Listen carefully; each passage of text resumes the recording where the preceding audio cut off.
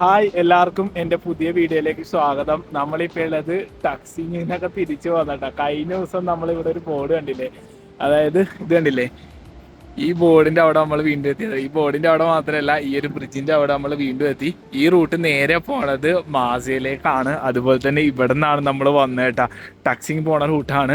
ടക്സിങ് കഴിഞ്ഞ് നമ്മൾ ഗലിമു വരെ പോയിട്ടാ. മാസ പോണ റൂട്ടിൽ ഗലിമു വരെ പോയി. അത് കഴിഞ്ഞിട്ട് പെർമിഷൻ കിട്ടിയില്ല. പക്ഷെ ഇപ്പൊ പോയ വണ്ടിയില്ലേ, അവർ നേരെ മാസയിലേക്കാണ് പോണേന്ന് പറഞ്ഞത്. മാസ വരെ നമുക്ക് കിട്ടും. അത് കഴിഞ്ഞിട്ട് കുറച്ച് ദൂരം കഴിയുമ്പോൾ അവിടെ ഒരു ചെക്ക് പോയിന്റ് ഉണ്ട്. അത് കഴിഞ്ഞിട്ട് അങ്ങോട്ടേക്ക് വിടില്ല എന്നാ പറഞ്ഞത്. പക്ഷെ നമ്മളെ വിട്ടില്ലല്ലോ. അത് ഞാൻ ആലോചിക്കുന്നത്, എന്താണ് നമ്മളെ വിടാനെന്ന്. ഇവിടെ ഉള്ളവർ മാത്രമല്ല, പുറത്തുള്ള ആൾക്കാരും വന്ന് യാത്ര ചെയ്യേണ്ടത്. പക്ഷേ ഒരു ബോർഡറാണ്. പക്ഷേ മാസം കഴിഞ്ഞ് കുറച്ച് ഇത് കഴിഞ്ഞിട്ടൊരു ചെക്ക് പോസ്റ്റ് വരും. അത് കഴിഞ്ഞിട്ട് ആ ബോർഡർ എന്ന് പറഞ്ഞത്. പക്ഷേ അങ്ങോട്ടേക്ക് നമ്മളെ വിട്ടില്ലാട്ടാ. ഞാൻ എന്തെങ്കിലും ഓപ്ഷൻ ഉണ്ടെങ്കിൽ സൈക്കിൾ മേലിൽ എവിടെയെങ്കിലും വെച്ചിട്ട് ഹിച്ചേക്ക് ചെയ്ത് പോവാ, ഏതെങ്കിലും വണ്ടിക്ക് കൈ കാണിച്ച് പോകാലാന്ന് വെച്ചിരിക്കുന്നതാണ്. സൈക്കിളിന് വന്നുകൊണ്ടാണോ എന്നറിയില്ല. പിന്നെ അതുപോലെ തന്നെ അവിടെ വീഡിയോസ് കാര്യങ്ങളൊന്നും അലൗഡ് അല്ല കേട്ടാ. അപ്പം അതുകൊണ്ടാണ് നമ്മളപ്പോൾ എന്തായാലും തിരിച്ച് മേലിലേക്ക് കയറണേ കേട്ടാ. നമ്മൾ അന്ന് വന്ന സെയിം റൂട്ട് തന്നെയാണ് റിട്ടേൺ പോണത്. അത് കാരണം വന്നോക്ക് കുറേ വീഡിയോസ് ഒന്നും എടുത്തില്ല കേട്ടാ. പിന്നെ നിങ്ങൾ കണ്ട പോലെ ഒരുപാട് വാട്ടർ പോയിന്റുകളുണ്ട്, അതും ഞാൻ എടുത്തില്ല. ഓൾറെഡി നമ്മൾ പ്രാവശ്യം എടുത്താണല്ലോ. അതുപോലെ തന്നെ എനിക്ക് തോന്നല്ല മാസയിലേക്ക് ഇനി പോകാൻ പറ്റുമെന്ന്. ഇപ്പോഴും കുറച്ച് പട്ടാളക്കാരെ കണ്ട് ഞാൻ ചോദിച്ച്. പക്ഷെ അവർ പറയണത് ഇനി അങ്ങോട്ട് പോയിക്കാൻ ഞങ്ങൾ തടയും. പക്ഷെ ഇവിടെയുള്ള അത്യാവശ്യം ആൾക്കാർ പോയിട്ടുണ്ട്. വേറൊന്നും കൊണ്ടല്ല അങ്ങോട്ട് പോകാലാന്ന് ചോദിച്ചാൽ. വേറെ ഈ ഇവിടം വരെ വന്ന്, പക്ഷെ എല്ലാവരും പോകണ്ട്. പക്ഷെ നമുക്ക് പോകാൻ പറ്റില്ല. അതെന്താന്നൊരു ഐഡിയ ഇല്ല. അപ്പൊ അതുകൊണ്ടാണ് ഒരു വല്ലാത്തൊരു വിഷമട്ടാ. അവിടെ പോകണം, എന്തെങ്കിലും ചാൻസ് കിട്ടുമെങ്കിൽ പോകട്ടാ. അല്ലെങ്കിൽ നടപടിയാവില്ല. നമ്മൾ റിട്ടേൺ അടിയിലേക്ക് ഇറങ്ങും. ഇവിടേക്ക് ഇങ്ങനെ വെള്ളം ഇറ്റിറ്റ് വീണേണ്ടിരിക്കണ കേട്ടാ. ഇങ്ങനെ വന്നേക്ക് റെസ്റ്റ് ചെയ്യാൻ വേണ്ടി ഒരു സ്ഥലം കിട്ടേട്ടാ. അങ്ങനെ റെസ്റ്റ് എടുത്തിരിക്കണേണ്. അതെ, നമ്മുടെ സൈക്കിൾ ഇവിടെ ഉണ്ട്. അതുപോലെ തന്നെ ഇത് നോക്കിയേ, സുബൻസറി റിവറാണ്ടാ. പിന്നെ അതുപോലെ ഞാൻ ഒരു കാര്യം പറയാൻ മറന്നുപോയി. നമ്മുടെ ഷൂ മൊത്തത്തിൽ കയറി പറഞ്ഞ് നാശമായി പോയിട്ടാ. അവസാനം ഷൂ ഇല്ലാണ്ട് മുഞ്ചിരിക്കാൻ ടൈമിൽ അവിടെ BROക്കാർ എൻ്റെ ഷൂ കണ്ടിട്ട് എന്നോട് പറയാം, ഇവിടെ ഷൂ ഇരിപ്പുണ്ട്. അത് നോക്കിയിട്ട് നമുക്ക് സൈസ് കറക്റ്റ് ആയില്ല. അപ്പോൾ അവൻ്റെ ഇതൊരു പഴയ ഷൂ ഇരിപ്പുണ്ടായിരുന്നു. അപ്പോൾ അതെനിക്ക് തന്നിട്ട് അഡ്ജസ്റ്റ് ചെയ്യാൻ വേണ്ടി. കാരണം ഇത് വിട്ടിരിക്കണതാണ്. ഇത് നമുക്ക് വേണമെങ്കിൽ എന്താ പറയുക, പശ ഒട്ടിച്ചെടുക്കാവുന്നതാണ്. കാരണം വേറെ ഓപ്ഷൻ ഇല്ല. അവിടെ കടകളൊന്നുമില്ല. ചെറിയൊരു ഗ്രാമപ്രദേശമാണ്. അപ്പോൾ കടകൾ കിട്ടണമെങ്കിൽ നമ്മൾ ഡാപ്പോയിൽ തന്നെ പോകണം കേട്ടോ. അപ്പോൾ ഷൂ ഇല്ലാണ്ടൊരു പരിപാടി എടുക്കില്ലായിരുന്നു. അപ്പോൾ അതുകൊണ്ടാണ് അവരെനിക്ക് തന്നത്. അപ്പോൾ നമ്മളിപ്പോൾ തിരിച്ച് കയറിക്കൊണ്ടിരിക്കുന്നുണ്ട്. അതിന് കുറച്ച് കയറണം, എന്നിട്ടാണ് ഇറങ്ങാനായിട്ടാ. പിന്നെ അതുപോലെ തന്നെ ഇതൊരു ഹിസ്റ്ററിയാണ് കേട്ടോ. നമ്മൾ അങ്ങോട്ടേക്കാണ് പോകുന്നത്. അവിടെ ചെന്നിട്ട് ഞാൻ ഡീറ്റെയിൽ പറയാം കേട്ടോ. അങ്ങനെ മക്കളെ, നമ്മൾ ലൊക്കേഷനിൽ എത്തിയേട്ടാ. ഇതാണ് ഹവിൽദാർ ഷേർത്താപ്പ.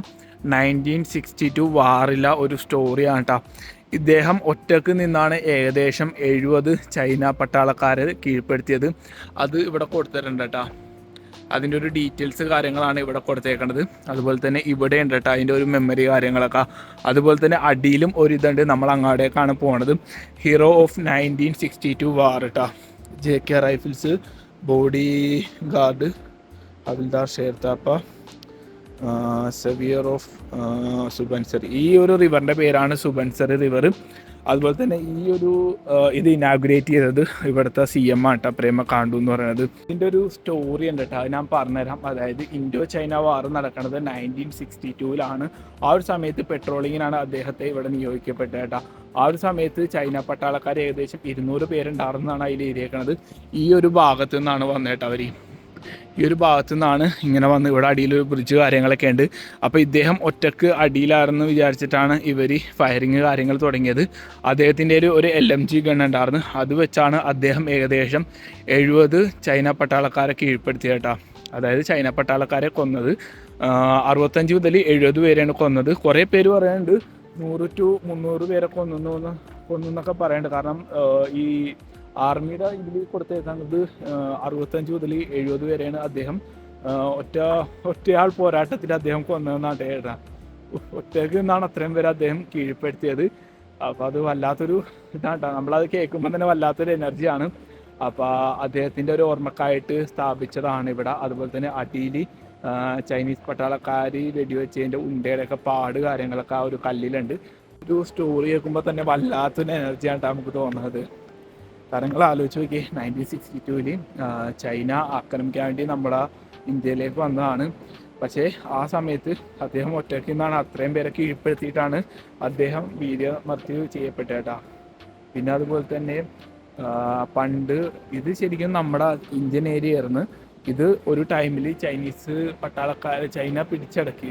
അത് കഴിഞ്ഞിട്ട് രണ്ടാമത് ഈ ഒരു ഭാഗം മൊത്തം നമ്മൾ ഇന്ത്യ തിരിച്ച് ചൈനയിൽ നിന്ന് പിടിച്ചെടുത്തതാണ്. ശരിക്കും നമ്മൾ ലിമിക്കിങ്ങിലൊക്കെ നിന്നല്ല, ലിമിക്കിങ്ങിൽ നമ്മളൊരു ആർമി ക്യാമ്പിലാണ് നിന്നത്. അവിടെ ഒരു ഹെലിപ്പാഡ് ഉണ്ട് കേട്ടോ. അത് നിർമ്മിച്ചത് ചൈനയാണ്. അന്ന് പിടിച്ചെടുത്ത ടൈമിൽ അവർ നിർമ്മിച്ച ഹെലിപ്പാഡാണ് കേട്ടോ അത്. അപ്പോൾ അതിനോട് അവരൊരു പട്ടാളക്കാരനാണ് പറഞ്ഞത്. എന്നാൽ നമുക്ക് അടിയിലേക്ക് പോകട്ടോ. ഇതിങ്ങനെ ഇറങ്ങി വേണം കേട്ടോ നമ്മൾ പോവാൻ. സ്റ്റെപ്പാണ് അടിയിലേക്ക്.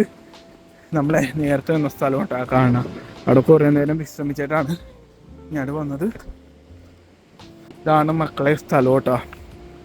ഇതൊക്കെ ഈ കാണൊക്കെ അല്ലേ, ഈ കാണാൻ മാർക്കാണല്ലേ, ഇതാണ് ചൈനക്കാരൻ്റെ ബുള്ളറ്റ് തറച്ച പോയിന്റ് കേട്ടോ. ഇവിടെ ഇങ്ങനെ വരച്ചും വെച്ചിട്ടുണ്ട്. അതുപോലെ തന്നെ കണ്ടില്ലേ, ഇവിടെയാണ് അദ്ദേഹത്തിനെ സംസ്കരിച്ചേക്കണെന്ന് തോന്നട്ടാ. ഇവിടെ ഇന്ത്യൻ ഫ്ലാഗൊക്കെ ഉണ്ട്. അതുപോലെ തന്നെ ഇവിടെ ചന്ദനത്തിരി കത്തിച്ച് വെച്ചിട്ടുണ്ട് കേട്ടോ. ഇവിടെ എപ്പോഴും ആൾക്കാർ വന്ന് ചന്ദനത്തിരിയും കാര്യങ്ങളൊക്കെ കത്തിച്ചിട്ട് പോകാറുള്ളതാണ്. എനിക്കറിയില്ല, മിക്കവാറും പട്ടാളക്കാരായിരിക്കും ചന്ദനത്തിരിയെ കത്തിച്ചിട്ട് പോവുക, അല്ലെങ്കിൽ ഇവിടെയുള്ള ആൾക്കാരും വന്ന് പോവാറുണ്ട് കേട്ടോ. അതുപോലെ തന്നെ ആ ഒരു സ്റ്റോറി മൊത്തം ഇവിടെ എഴുതിയിട്ടുണ്ട്. കണ്ടില്ലേ, 200 പേരാണ് അറ്റാക്ക് ചെയ്യാൻ വേണ്ടി വന്നത്. അതിൽ 70 പേരെ കൊന്നെന്നാണ് നമ്മൾ കണ്ടത് കേട്ടോ. നമ്മൾ കണ്ടിരിക്കേണ്ട ഒരു സ്ഥലവും കൂടിയാണ് കേട്ടോ. ഒരു എന്താ പറയുക, വലിയൊരു ഹിസ്റ്ററിയാണ്. നമ്മളെ ഇന്ത്യയെ തന്നെ കാത്തു സൂക്ഷിച്ചൊരു ഹിസ്റ്ററി ആയിട്ടുള്ള ഒരു സ്ഥലമാണ് ഇത്. അപ്പോൾ നമ്മളതുകൊണ്ട് ഇവിടെ അടിവരെ വന്ന്, അതുപോലെ തന്നെ ഞാൻ പറഞ്ഞില്ലേ 70 ചൈന പട്ടാളക്കാരാണ് അദ്ദേഹം കൊന്നത്. അതിൽ ഒരു ഓഫീസറും കൂടെ ഉണ്ട് കേട്ടോ, ചൈനയുടെ ഒരു ഓഫീസറും ഉണ്ടായിരുന്നു. അങ്ങനെ ഏകദേശം 70 പേരെയാണ് അദ്ദേഹം കൊന്നത് കേട്ടോ. അങ്ങനെ ഏകദേശം 70 പേരെയാണ് അദ്ദേഹം കൊന്നത്.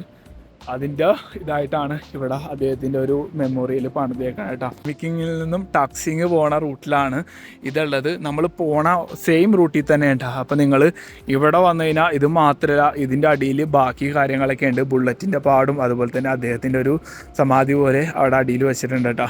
അപ്പോൾ അതും നിങ്ങളൊന്ന് കണ്ടിട്ട് പോകേണ്ടതാണ്. ഇവിടുന്ന് ഏകദേശം 30 കിലോമീറ്റർ ഉള്ളൂ കേട്ടോ ചൈനയിലേക്ക്. ടക്സിങ്ങിൽ നിന്ന് നിസാര കിലോമീറ്റർ മാത്രമേ ഉള്ളൂ ചൈനയിലേക്ക്. അതുപോലെ തന്നെ ടക്സിങ് മാത്രമല്ല, മാസ എന്ന് പറഞ്ഞൊരു ബോർഡർ ഉണ്ട്. അവിടെ നിന്ന് നിസാര കിലോമീറ്റർ എന്തോ ഉള്ളൂ, 1/2 കിലോമീറ്റർ 1 കിലോമീറ്റർ എന്തോ ഉള്ളൂ ചൈന ബോർഡർ. പക്ഷെ അങ്ങോട്ടൊക്കെ ഒന്നും നമുക്ക് അലൗഡ് അല്ല കേട്ടോ, നമുക്ക് പോകാൻ പറ്റിയില്ല. ആകെ നമ്മൾ മൂഞ്ചിരിക്കണേട്ടോ, കാരണം നമ്മൾ അങ്ങാടി ഇങ്ങോട്ടൊക്കെ പോയിട്ട് വിട്ടില്ല. ഏറ്റവും കൂടുതൽ എനിക്ക് ചൈന ബോർഡർ കാണണമെങ്കിൽ ഒന്നല്ലെങ്കിൽ തവാങ് തന്നെ പോകണം കേട്ടോ, എന്നാൽ മാത്രമേ എനിക്ക് കാണാൻ പറ്റൂ. അല്ലാത്തടത്ത് എനിക്ക് പറ്റില്ല മക്കളെ. ഞാൻ വന്ന ഒരു എക്സ്പീരിയൻസ് കൊണ്ട് പറയുന്നത് കേട്ടോ.